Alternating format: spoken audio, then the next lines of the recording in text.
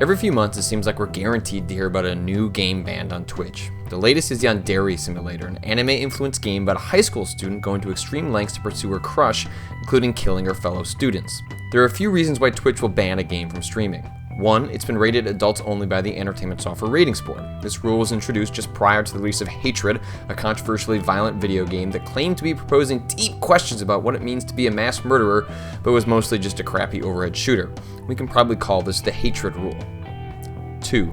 Twitch arbitrarily decides the game is inappropriate for its service. This is how things operated on Twitch for a long time. These games tend to feature extreme sexual content or be entirely about nudity. It's not hard to guess why Rapeplay or Battle Rape, games explicitly about sexual violence, are on the list.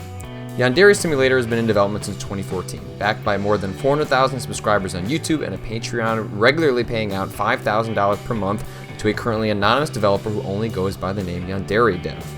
It's grown an intense following, partially driven by the developer regularly releasing new builds, resulting in tons of new videos on YouTube of people pushing the game's limits. Last week, the developer discovered his game had been banned from streaming on Twitch. Twitch hadn't even let them know that it happened. Any user who plays Yandere Simulator on the service could have their account removed. It's unclear why Yandere Simulator was banned, but we can make some educated guesses. It could have been the level of violence playing out in a school during a time in which the United States is especially sensitive to that, but it's unlikely. It probably has something more to do with the player's ability to take underskirt shots with an in-game camera, or flipping on an Easter egg where the high school-age students can walk around as giant nude monsters. Thing is, we don't actually know what happened. Twitch doesn't disclose their reasons why, leaving us to speculate and wonder. The game's developer is understandably pretty upset, though willing to change small details about the game to get the ban lifted. He's willing to make the ages of the characters ambiguous, for example, but there are certain lines he won't cross. It frustrates me greatly to hear about games getting censored. I've always been strongly against censorship, even when the subject being censored was unimportant to me. If Twitch has a problem with one of the game's core mechanics, such as panty shots or bullying, then we'll be at an impasse, because I don't want to remove entire features from the game. No game has ever been removed from Twitch's ban list, nor does the company have a policy to protest bans. Yandere Simulator is an interesting example because it's a game that, to some, might simply come across as creepy or weird, but other games are more complicated. Twitch banned the dating sim game Hunipop from its service entirely, despite the fact that a censored version appears on Steam. You can't stream any version, period.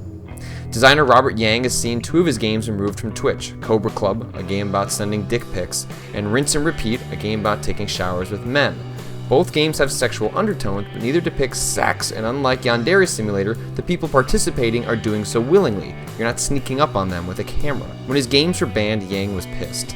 I believe Twitch should revise its policy to account for a game's attitude towards sexuality or nudity.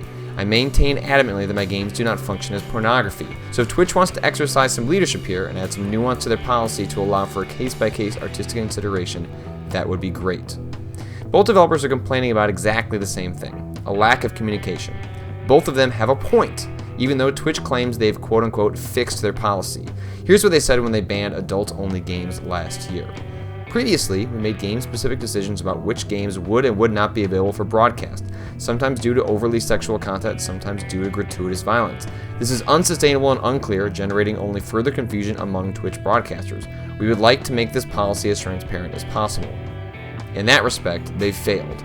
Not notifying developers about a banning, explaining why it happened, and denying an appeal process isn't what most people would call transparent.